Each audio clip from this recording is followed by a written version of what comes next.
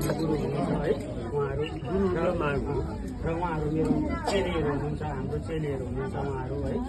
र आज हामीले गुरु पूर्णिमाको दिन हाम्रो परम्परा उहिलेदेखि हाम्रो यो परम्परा झाँक्रीहरूको एउटा वैध हिसाबमा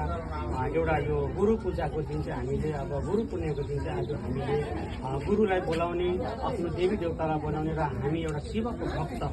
र हामी शिवको सेवा र आज र हाम्रो चेलीहरूलाई देव बाती दिने, देव कलश दिनको लागि आज हामीले यो धान्य पूर्णिमाको दिन आज हामीले यो कार्य गरेका हौँ। र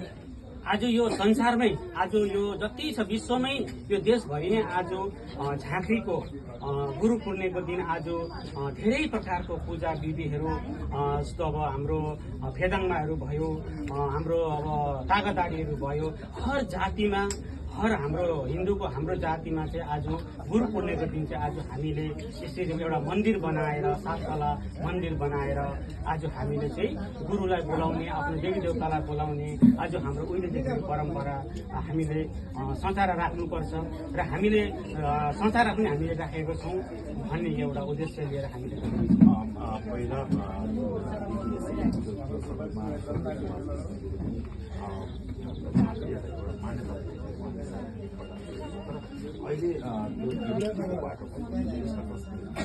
हजुर, यो हाम्रो सुभाष घिसिङज्यूले जुन चाहिँ चौरस्तामा हाम्रो एउटा झाँक्री सम्मेलन राख्नु भएको थियो,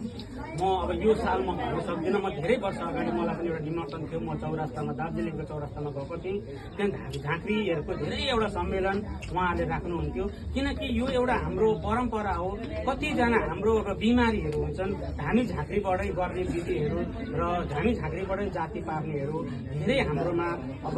दिनमा हाम्रोमा मोटामोटी 15-20 जनाहरू हाम्रोमा बिमारी आउनुहुन्छ, उहाँहरू जाति भएर जानुभएको छ। र सुभाष घिसिङज्यूले पनि जुन चाहिँ कार्य गर्नुभएको थियो यो धेरै वर्षदेखि उहाँले आफ्नो भूमिका निभाउनु भएको थियो। चौरास्तामा एउटा ठुलो एउटा झाँक्रीको सम्मेलन हुन्थ्यो, उहाँले एउटा लाइसेन्सको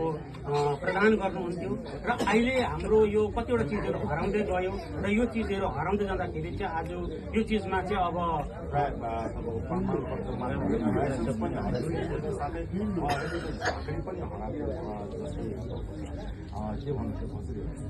यो चिजलाई चाहिँ के छ भने अब जतिजना घरको एउटा कुल देवी देवताले अब शरीरलाई कसैलाई भेटेको हुन्छ र उहाँहरूले चाहिँ एउटा अब विश्वास राख्नुहुन्न है, र त्यही कारणले चाहिँ हाम्रो यो धामी झाँक्री चाहिँ घट्दै गएको छ। अहिले चाहिँ कतिजनाले अब विश्वास पनि गर्दैनन्, तर अब जुन हामीले जुन कर्म गरेको छौँ, जुन बिमारीलाई हामीले उपकार गरेको छौँ त्यो गर्ने र बिमारीलाई मात्रै थाहा हुन्छ है। र बिमारी पनि धेरै जाति भएर अब जानुभएको छ। र अहिले जस्तो हाम्रो यो चेलीहरू उहाँ हुन्छ दार्जिलिङबाट, उहाँ हुनुहुन्छ खरसाङबाट है। र आज उहाँहरूको जस्तो प्रकारको आज उहाँहरूको शरीरमा एउटा देवीले, दुर्गाले, महारानीले एउटा शरीरमा आएर उहाँहरूलाई आज हामीले 3 वर्ष भयो हामीले खेलाएर 3 वर्षमा उहाँहरूलाई आज हामीले पास गरेर उहाँहरूलाई एउटा हाम्रो गुरुको तर्फबाट उहाँहरूलाई एउटा आज्ञा हामी दिनको लागि चाहिँ आज यो प्रोग्राम राखेको हामीले। उहाँहरू पास हुनुभयो, रेडी छन् हजुर, रेडी छन्। र जतिजना अब हामी जस्तो कतिजनालाई अब आएको छन् है, धेरै मात्रामा देवी देवताहरू कसैको शरीरमा उत्पन्न भएको छन्, सबैको शरीरमा त हुँदैन, जसलाई रुचाउँछन्, जसको शरीरमा उहाँले बास गर्नुहुन्छ उहाँहरू मात्रै हो। किनभने नभए देवी देवता नआउने भएदेखि चाहिँ 4 घन्टा 5 घन्टा है शरीरमा आएर काम्नु भनेको यो चिज त अब यो एउटा विश्वासको कुराहरू हो होइन, यो विश्वास गर्ने कुराहरू हो भन्ने चाहिँ मेरो एउटा सबैजनालाई मेरो विचार है। र यो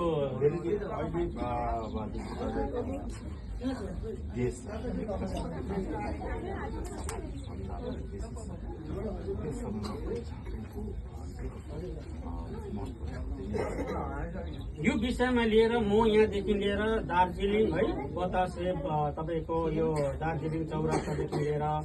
तपाईँको दार्जिलिङ पनि म धेरै पटक गएँ, सिक्किम, ग्याङ्टोक, जोरथाङ, तपाईँको सिङताम, यहाँदेखि लिएर म आसामको लास्ट अरुणाचल बोर्डर डिमा कोशी है, यो धेरै चिजमा म गएँ। म पहाडी क्षेत्रमा धेरै जाँदाखेरि चाहिँ धामी झाँक्रीको हेर्दाखेरि एकदमै राम्रो छ। पहाडी क्षेत्रमा एकदम उहाँहरूको आफ्नो संस्कार है, फेदाङमादेखि लिएर तागादारीदेखि लिएर धामी झाँक्रीमा चाहिँ धेरैजना नै हामीले देख्यौँ। पहाडी क्षेत्रमा र म आसाममा पनि म धेरैपल्ट गइसकेँ यो विषय लिएर है बिमारीलाई मैले अब उपकार गर्नको लागि र उहाँमा पनि मैले देखेँ धेरैजना नै मैले देखेँ है र कति जग्गा चाहिँ अब एउटा विश्वास छैन कति जग्गा चाहिँ अब एउटा धामी झाँक्रीले अब फुकेर जाति हुने होइन एउटा कुरो म यो जतिजनाले यो अब आज हेर्दै हुनुहुन्छ मिडिया तर्फबाट तपाईँ जतिजना लाइभ हेर्दै हुनुहुन्छ म एउटा उहाँहरूलाई अनुरोध गर्न चाहन्छु डक्टरले गर्ने डक्टरको बिमार हुन्छ धामीले झाँक्रीले गर्ने धामी झाँक्रीको बिमार हुन्छ है अब धामी झाँक्रीको बिमार डक्टरलाई जाति पर्दैन डक्टरको बिमार धामी झाँक्रीले जाति पार्न सक्दैन होइन है तर आफूले अब हामीले सोच्नु पर्यो कि यो डक्टरको बिमार यो धामी झाँक्रीको बिमार हो हामी हेरेर उहाँहरूको नाममा हामीले हेरेर हामीले जाति पर्ने हो डक्टरलाई अब भनेर बिमारी भनेर डक्टरले जाति पार्ने हो है आफ्नो आफ्नो जग्गामा छौँ हामीले दुवै डक्टरलाई हामीले विश्वास गर्नुपर्छ भन्ने म चाहिँ यो हजुरहरूलाई एउटा जानकारी दिन चाहन्छु सबैलाई महागुरु के हजुर मेरो पनि भनाइ केही नै